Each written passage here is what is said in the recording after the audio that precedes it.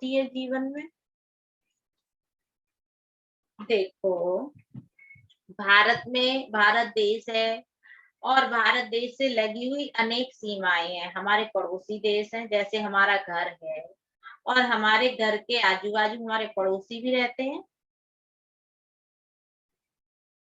ऐसे ही हमारा देश है और हमारे देश के आजू बाजू सीमाओं पर अनेक पड़ोसी देश हैं।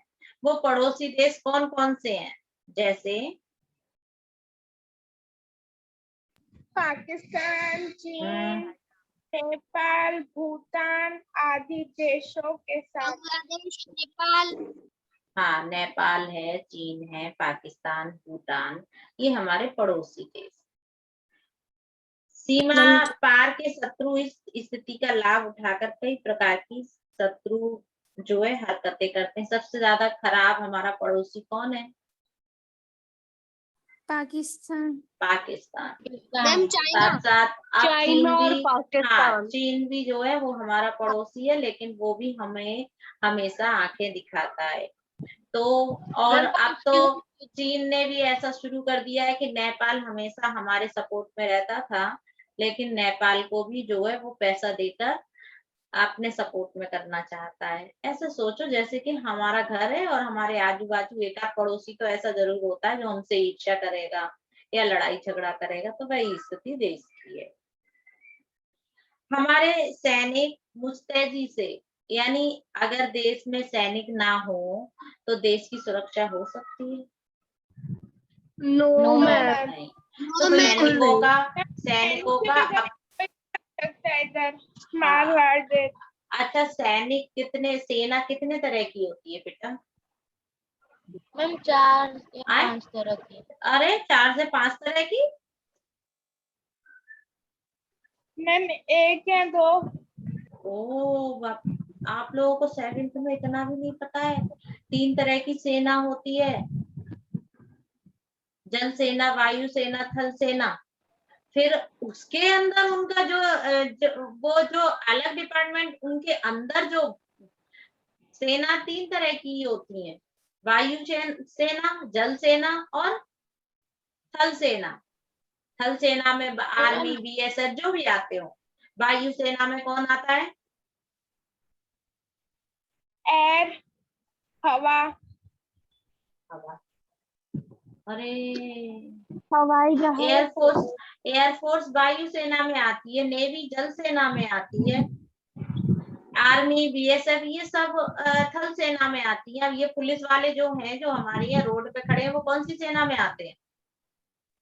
और मैम एक ब्लैक कमांडोज भी होते जो मिशन बेटा, वो अलग चीज है। जैसे आप इतना समझो कि हमारे क्लास में बच्चे हैं, ठीक है, मानो 20 बच्चे हैं।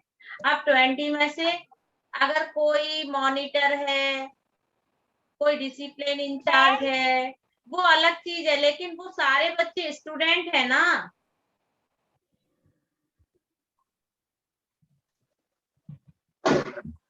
यस।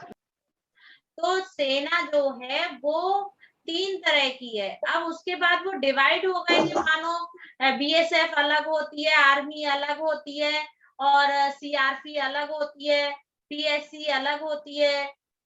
ये सब उनके अलग अंदर फिर वो उपभेद हो गए, लेकिन सेना में 3 ही भेद है, एक वायु सेना, एक जल सेना और एक थल सेना। ठीक है। अगर कभी भी कोई आपसे ये पूछे कि सेना कितने तरह की है, तो सेना अधीन किसके है, किसके अंतर्गत आती है? बच्चों, आप लोग एसएस पढ़ते हो, सेना किसके अंतर्गत आती है?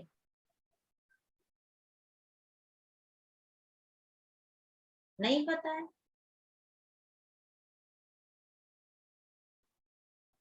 राष्ट्रपति के अंतर्गत ये तीनों सेनाएं आती हैं।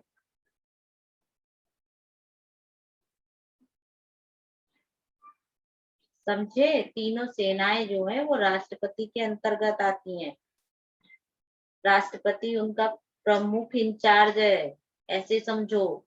और सेनाएं 3 हैं, अब जो 15 अगस्त हो ना, तो उस पे देखना प्रोग्राम, हमेशा लेट सो के मत उठा करो और हमेशा फिल्में मत देखा करो, कुछ अच्छी चीजें भी देखा करो जिनसे कुछ ज्ञान बढ़े। तो अब जो है संडे को सुबह जल्दी उठ जाना और आराम से बैठ के टीवी खोलना और देखना जो जो प्रोग्राम आते हैं, तो उससे बहुत कुछ आपको ज्ञान मिलेगा। हमारे सैनिक मुस्तैदी से इनका जवाब देते हैं और अपने देशवासियों की रक्षा का हर संभव प्रयत्न करते हैं। फिर भी सीमावर्ती क्षेत्रों में जिंदगियां पलती हैं, उनके कष्टों को समझना आसान नहीं। आपने देखा लेह लद्दाख, जम्मू कश्मीर, ऐसी जगह सेना डटी हुई है, जो बहुत ही, एक तो वहां का प्राकृतिक वातावरण बहुत ही मुश्किल है। कहते हैं लेह लद्दाख में तो मतलब माइनस से नीचे जो है तापमान रहता है, और लोग वहां पे पानी भी जो है ना, वो बर्फ को खोद के उसके बाद अंदर से वो लोग पानी निकाल के पीते हैं, ऐसी स्थिति है एकदम। वहां पर ज्यादातर बीमार होते हैं सैनिक और मर भी जाते हैं। तो ऐसी जगह जो जो चीन के साइड में पड़ती है, तो ऐसी जगह भी सैनिक डटे हुए हैं। नहीं तो हमारा पड़ोसी चीन तो सब कब्जे में ही करने के लिए सोचता है कि जितना हो सके हम पड़ोसियों को अपने कब्जे में रखें।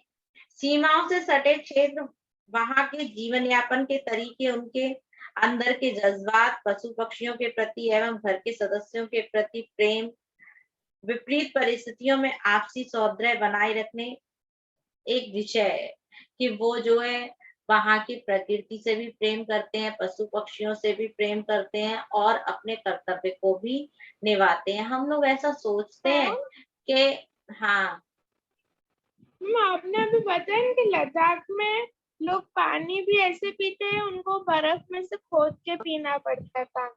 हाँ तो वो फिर खाना कैसे खाते होंगे? बेटा, खाना वो बनाने के उन लिए तो लोगों के लिए उसी तरीके से व्यवस्थाएं की गई हैं, तो वहां तक खाना पहुंचाया जाता है, लेकिन वो सारी सुविधाएं में बहुत टाइम भी लगता है और जरूरी नहीं है उन्हें एक ही बार भी खाना मिलता है। वहां के सैनिकों को ऐसा नहीं है दोनों टाइम वहां तक उनका खाना पहुंच पाता है। आप अब तो नेट की सुविधा है, आप गूगल वगैरह पे सर्च कर सकते हो, बहुत सारी परेशानियां होती है, लेकिन गवर्नमेंट अब जो है रोड भी अच्छे हो गए हैं, रोड भी बन रहे हैं, जिसके कारण वहां तक उनकी गाड़ियां पहुंच पाती हैं। तो ऐसी जगह जहां सैनिक डटे हुए हैं, वो बहुत ही मुश्किल जगह है। अगर वो सैनिक ना हो तो वास्तव में हमारा जीवन मुश्किल हो जाएगा। हम जैसे इतने आराम से बैठे हुए हैं अपने अपने घरों में, इतनी शांति से काम कर रहे हैं, तो वो सब हमारे देश के सैनिक हैं, इसलिए ही जो है हम सुरक्षित हैं। अगर वो लोग सेना सीमा पर ना हो तो हम वास्तव में सुरक्षित नहीं है। जैसे आप सोसाइटी में रहते हैं, अब एक बात सोचो बच्चों, आप सोसाइटी में रहते हैं, ज्यादातर सभी बच्चे सोसाइटी में ही रहते होंगे। आपका वॉचमैन अगर एक दिन छुट्टी पे चला जाए तो आपको कुछ परेशानी पता चलती है? Yes ma'am. है ना? मानो दूसरा उसकी जगह ड्यूटी पे आता होगा, ऐसा नहीं है कि बिल्कुल ही कोई ना कोई ना रहता हो, लेकिन वो लेट हो जाए या कुछ टाइम के लिए ही वो ड्यूटी पे आए, तब आपको कुछ परेशानियां महसूस होती हैं? भावेश तो मना यस, कर रहा है। यस भावेश कह रहा है कोई परेशानी नहीं होती है। जैसे पानी का कुछ टाइम चेंज हो जाता होगा, कुछ 10 मिनट 15 मिनट कभी कभी चला जाता होगा, लेकिन जब तक दूसरे की शिफ्ट होती होगी, इस तरीके की प्रॉब्लम्स होती हैं या नहीं होती हैं? मैम बहुत होती है। या होती है। या गेट पे से वो कहीं चला गया, या उसको कोई काम आ गया, इस बीच में कोई अंदर आ गया, या कोई भी आप किसी भी तरीके की असुविधा होती है या नहीं होती? मुझे बस इतना पूछना है। होती है। होती होती है है। मैम, बहुत होती है। यानी एक सोसाइटी आर्मी। में एक व्यक्ति के ना होने पर जो सुरक्षा आपको दे रहा है, उस व्यक्ति के थोड़े समय के लिए ना होने पर, घंटा, 1 घंटा, आधे दिन, जो भी, उसके ना होने पे हम अपने आप को असुरक्षित महसूस करते हैं। तो अगर सेना सीमा पे ना हो तो देश की स्थिति क्या होगी? बहुत मुश्किल बिल्कुल खराब। है ना। बिल्कुल। तो हमें हमेशा अपने सैनिकों का सम्मान करना चाहिए और हमेशा उन्हें प्रोत्साहित करना चाहिए। इसलिए गवर्नमेंट देखिए वो लोग सरहद पर जागते तभी हम घर पर सो पाते हैं। हाँ, वो उनकी ड्यूटी दिन और रात की होती है कि मतलब वो शिफ्ट वाइज, और वो हमेशा अपने घर किसी भी त्योहार पे भी नहीं पहुंच पाते, अपने परिवार से भी जो फीलिंग्स उनके बच्चों के लिए होंगी उनके लिए, वही हम कभी सोच सकते हैं हमारे पापा अगर ऑफिस से कभी लेट आते हैं तो हमें कितना, अरे पापा 1 घंटा लेट हो गए, फोन 10 बार करते हैं, लेकिन उनके बच्चे भी रहते हैं। हालांकि उनकी आदत पड़ जाती है, लेकिन फिर भी फीलिंग्स तो है ना उनके दिल में कि हमारे पापा होली पे नहीं आए, दिवाली पे नहीं आए, या हमारे पापा ऐसी जगह ड्यूटी कर रहे हैं। तो एक ना एक डर तो रहता ही होगा। तो हमेशा हमें जो है उनके लिए सम्मान करना चाहिए और उन्हें प्रेरित करना चाहिए। दूसरी बात, व्यक्ति के अंदर अच्छे भाव होने चाहिए, चाहे कोई भी व्यक्ति हो। मैं एक बात कहना चाहती हूँ कि कोई भी व्यक्ति हो, वो एक वो अच्छा सफल डॉक्टर इंजीनियर ना बन सके तो कोई नहीं, लेकिन एक अच्छा इंसान बनना बहुत जरूरी है। समाज के लिए अगर अच्छा इंसान नहीं होगा तो वो पूरे समाज को घातक हो सकता है व्यक्ति। लेकिन अगर वह एक अच्छा इंसान है तो जरूरी नहीं है वो देश की सेवा किसी डॉक्टर, इंजीनियर, सैनिक बन के कर सकता है, बल्कि एक अच्छा इंसान बन के भी कर सकता है ना। अगर हम अच्छे इंसान होंगे तो समाज में सभी व्यक्ति अच्छे मूल्यों से युक्त होंगे, तो समाज में किसी भी तरह की परेशानियां होंगी, चोरी, अपराध, मार धाड़, ऐसा कुछ होगा समाज में? No ma'am. नहीं होगा। तो ये सब हम सबको बहुत जरूरी है। जरूरी नहीं है समाज के लिए बहुत सारे डॉक्टर ही चाहिए, बहुत सारे इंजीनियर चाहिए, बहुत सारे वैज्ञानिक चाहिए, बल्कि अच्छा व्यक्ति हर समाज के लिए चाहिए। चाहिए या नहीं चाहिए? मैम चाहिए। चाहिए। अगर एक परिवार में कोई एक बच्चा गलत रास्ते पर चला जाता है तो उसके कारण पूरे परिवार के लोग परेशान हो जाते हैं। ये बात सत्य है यस है ना। तो फिर समाज वही वही खाली एक परिवार के लिए नहीं, एक समाज के लिए भी व्यक्ति घातक होता है। जैसे आपने देखा होगा न्यूज में, कभी आपने सुना होगा कि कश्मीर में, जम्मू कश्मीर में क्या है, वहां उद्योग धंधे नहीं है, तो वहां के लोगों के लिए आतंकवादी, वहां के जो नौजवान है, सिर्फ 20 से 25 साल तक की उम्र तक के जो वहां नौजवान है, उन लोगों के लिए वो ब्रेन वॉश करके आतंकवादी बना लेते हैं, और वो आतंकवादी हमारे ही देश के लोग हमारे लिए ही घातक बनते हैं। तो हम वो चाहे एक कुछ भी ना करते होते, वो बेरोजगार थे, जो भी था, लेकिन वो एक अच्छे इंसान रहते तो वो हमारे लिए घातक होते, हमारे समाज को, हमारे देश को घातक होते नो मैम। नहीं। तो एक व्यक्ति के जो है मतलब खराब होने से पूरा समाज, पूरे देश को खतरा हो सकता है। तो व्यक्ति के अंदर अच्छे भाव होना बहुत जरूरी है। एक अच्छा माँ बाप, कहते हैं ना कि माँ बाप अगर अपने बच्चों को कोई अच्छी शिक्षा ना दे पाए, डॉक्टर, इंजीनियर, आईएएस, पीसीएस ना बना पाए, लेकिन एक अच्छा व्यक्ति जरूर बनाए, वो हम सबके लिए की जरूरत है, हमारे समाज के लिए, हमारे देश के लिए। हाँ, ऐसे ही इस चैप्टर में जो है एक लड़की है रोशनी, उसकी कहानी है कि देश की स्थिति, वो जो है जम्मू कश्मीर एक पहाड़ी इलाके में रहती है, बचपन से ही वहां पर आतंकवाद फैला हुआ है, और ऐसी स्थिति में वो अपने आप को ना बचाते हुए, अपने आप के बारे में ना सोचकर, वो पशु, एक छोटा सा बकरी का बच्चा होता है, उसको बचाने के लिए अपनी जान दांव पे लगा देती है। वो ही पूरी स्टोरी इसमें दी गई है। रीडिंग कौन करेगा? Ma'am Siya can read. हाँ चलो सिया आप करना। मैम हाँ, एक मिनट बेटा, 1 बाय 1 आप लोग रीड करना। ये छोटे बच्चों की तरह मत करो कि मैडम हम ऐसे नहीं करो। हाँ चलो सिया आप पढ़ो। हाँ फिर बाद में जयेश करना। बम के धमाकों से सारी कारगिल घाटी गूंज उठी। साल में 7 महीने बर्फ में रहने वाले कारगिल वासियों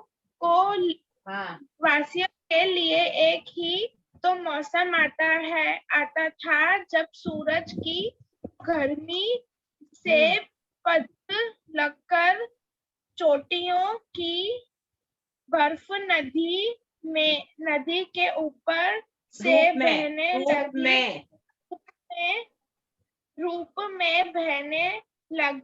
लग जाती थी। घाटी कल कल करते हुए पानी की सुरीली आवाज से भर जाती थी। मौसम खुशनुमा हो जाता था। एक मिनट सिया रुको बेटा। बम के धमाकों से सारी कारगिल घाटी यानी घाटी क्या है, जो पहाड़ी इलाके पे एक स्थान, उसको घाटी बोला गया है। साल में 7 महीने बर्फ में रहने वाले कारगिल वासियों के लिए एक ही मौसम आता था।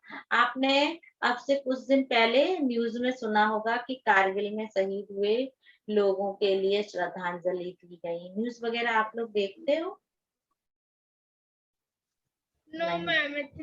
बेटा देखो ये आदतें अपनी बना लो। हाँ, दिन में कई बार न्यूज आती है, लेकिन कई बार न्यूज नहीं देखनी है। आपके पास जब टाइम हो तो सिर्फ जो भी 10 मिनट 15 मिनट न्यूज के लिए जरूर देना चाहिए कि देश में हो क्या रहा है, किसको क्या पुरस्कार मिला, कौन सी घटना घटित हुई, किसने क्या किया। वो जो कितने 5 मिनट में 100 न्यूज आती है, 15 आती है, जो भी आती है। बस ऐसा नहीं है पूरे दिन न्यूज देखो दादाजी की तरह, पूरे दिन नहीं देखना है। लेकिन एक निश्चित टाइम है कि 10 मिनट 15 मिनट हमको न्यूज देखनी है। आप इंग्लिश मीडियम के बच्चे हो तो इंग्लिश में न्यूज देखो, अगर आपकी इच्छा हिंदी में है तो हिंदी में न्यूज देखो, लेकिन देखना जरूर। दूसरी न्यूज़पेपर पूरा नहीं पढ़ना है, लेकिन हेडिंग जरूर 10-15 मिनट लेके न्यूज़पेपर अगर घर पे आता है तो वो न्यूज़पेपर भी पढ़ो। आजकल तो मोबाइल में भी न्यूज़पेपर पढ़ लेते हैं, जो भी है। लेकिन न्यूज पढ़ना बहुत जरूरी होता है अगर आपको अपना ज्ञान बढ़ाना है तो, और बढ़ाना है तो नहीं तो कुछ। हाँ मैम कल मैंने देखा था ना न्यूज, तो उसमें मुझे पता चला था ना नीरज चोपड़ा ने ओलंपिक का गोल्ड मेडल जीता है। हाँ वो 2 दिन पहले मैंने ये न्यूज देखी थी। हाँ वो हरियाणा का है। कल असेंबली में भी मैंने यही न्यूज बोली थी। तो हमेशा ये आप लोग अपनी आदत बना लो कि आप लोगों के पास टाइम बहुत सारा है, नहीं भी है तो थोड़ा सा टाइम निकालो, न्यूज जरूर देखो, न्यूज़पेपर जरूर पढ़ो। वो आपके लिए हमेशा लाभदायक होगा किसी ना किसी रूप में, क्योंकि अगर आप कहीं भी कोई कंपटीशन में बैठते हैं तो वहां पर करंट नॉलेज ही आती है, और हम जो चीजें सुनते हैं देखते हैं तो हमें बहुत लंबे समय तक याद रहती है। हाँ तो वहां पर जो है मौसम, जब सूरज की गर्मी से पिघलकर चोटियों की बर्फ नदी के रूप में जो है पिघलने लगती है, यानी जब सूर्य का प्रकाश बहुत तीव्र गति से बहुत अच्छे से पड़ता है तब वो बर्फ पिघलती है और नदियां बहती हैं, वरना वो सारी बर्फ जमी रहती है। ऐसी स्थिति होती है, 7 महीने तक वहां बर्फ जमी रहती है। तो 12 महीने में 7 महीने तो बर्फ जमी रहती है, तो कितने महीने बर्फ वहां पर पिघलती होगी? 5 महीने, है ना? अरे 12 महीने, एक साल में 12 महीने होते, 7 महीने तो बर्फ जमी रहती है, तो 5 महीने जो है वातावरण जो है वो अच्छा रहता है, वरना हमेशा सर्दी रहती है, बर्फ जमी रहती है, और वो जो मौसम जो है खुशनुमा हो जाता है, अच्छा लगने लगता है। आगे पढ़िए जयेश। Yes ma'am. हाँ सेकंड पैराग्राफ पढ़ो बेटा। हाँ मैम। जुनैद की बीवी शाहीन के लिए बम के धमाकों की आवाजें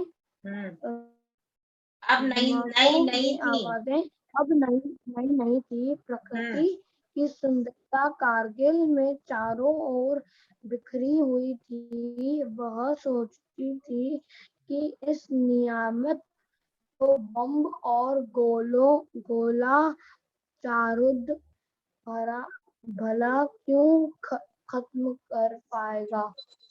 हाँ, जुनैद नियामत शाहीन यानी को नियामत, कहता है एक मिनट जयेश बेटा मेरे को बोलने दो। नियामत यानी ईश्वर द्वारा दी गई एक दुर्लभ वस्तु, यानी वहां का प्राकृतिक सौंदर्य इतना सुंदर है, लेकिन ईश्वर ने तो वहां पर बहुत कुछ दिया है, लेकिन वो ऐसा कहती है शाहीन के नियामत को बम और गोला बारूद भला क्या खत्म कर पाएंगे। हाँ आगे पढ़ो। मैम जुनैद शाहीन को कहता था हम्म सीमा पार के दुश्मनों का तो एक ही धर्म है, खुदा हाँ के बंदों पर कहर ढाना। हाँ वे हमें शांति से जीने नहीं देना चाहते। शाहीन हाँ, पूछती एक थी मिनट तब जो तब हमें क्या करना चाहिए, हमने किसी का क्या बिगाड़ा है, क्यों हमें मौत के साए के बीच जीना पड़ता है। वो शाहीन जो है वो कारगिल की एक घाटी में रहती है और वहां पर इस तरीके के बम धमाके हमेशा रोज सुनने को मिलते हैं। तो वो ऐसी कहती है कि ईश्वर ने इतना सुंदर सब कुछ बनाया है, लेकिन ये लोग जो है इन सबको खत्म करना चाहते हैं। और हाँ, ये खुदा के बंदों पर कहर ढाना है। खुदा के बंदो, ईश्वर ने हम सबको बनाया है। यस तो हम सब के अंदर ईश्वर का अंश है, हम सब ईश्वर के ही बंदे हैं। यस तो साहिल पूछती है तब क्या करना चाहिए, हमने किसी का क्या बिगाड़ा है। आप देखिए कोई भी लड़ाई झगड़े कुछ भी होता है तो वहां पर कोई भी धर्म का व्यक्ति हो बच्चों, किसी भी सांप्रदाय का किसी भी धर्म का व्यक्ति हो, अगर वो किसी लड़ाई झगड़े में मारा जाता है तो उसकी कोई गलती है। अगर मानो मैं आज किसी और धर्म की हूँ, हिंदू मुस्लिम सिख ईसाई किसी भी धर्म के, तो इसमें हमारी किसी की कोई गलती है नहीं। लेकिन धर्म के नाम पर लोग एक दूसरे को मार रहे हैं। हम किसी ना किसी रूप में ईश्वर के ही बंदे हैं, ईश्वर ने ही हमको बनाया है। तो वो कह रही है कि इस मौत के साए में हमें जीना पड़ रहा है। वहां पे रात मतलब दिन और रात जो है वो बम के आवाजों को सुन रही है। तो वो कह रही है कि हमें बहुत ज्यादा डर लगता है और इस मौत के साए में हम जो है जी रहे हैं। जिस कश्मीर को कहा जाता है कि वो बहुत सुंदर है, स्वर्ग है तो कश्मीर में, है ना। लेकिन उस कश्मीर की हालत आतंक ने ऐसी बुरी की है कि लोग वहां जाना पसंद नहीं करते, और जो लोग वहां रहते हैं उनका जीवन जो यानी जहन्नुम से भी बदतर है। तो वो सब किसने किया है, आतंकवादियों ने, जो हमसे झगड़ा कर रहे हैं। तो ये कहना चाहती है कि ये सब लोग जो है ईश्वर ने इतना सब कुछ बनाया है, इतना अच्छा हम सबको सब कुछ दिया है, लेकिन ये लोग जो है हमको जीने नहीं दे रहे हैं। अगला पैराग्राफ कौन पढ़ेगा, जयेश आप पढ़ चुके हो आपके Ma'am, me अलावा। Bhavesh can read. हाँ भावेश पढ़ो बेटा, क्योंकि अब ज्यादा टाइम नहीं रह गया है। हाँ पढ़ो। मैम स्क्रीन शेयर स्टॉप हो गई। हाँ मैंने अभी बंद कर दी है, लेकिन आपके पास बुक है। Yes, एक ma'am, only 2 minutes. हाँ हाँ हाँ हाँ, एक मिनट एक मिनट एक मिनट। चलो पढ़ो बेटा, एक मिनट क्या है।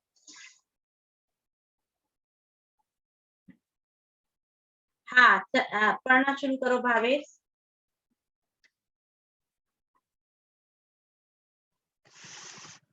शाहीन जानती थी कि गांव के उस कोने में भारतीय जवानों की चौकी है। वे यही गांव वालों के सुख दुख के साथी हैं और उनके भरोसे ही कारगिल वासियों के हौसले बुलंद है।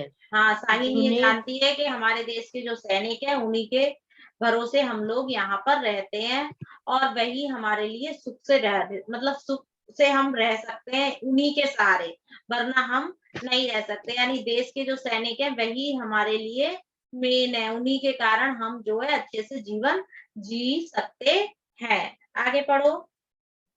जुनेद जवानों की वीरता के किस्से सुनाता था।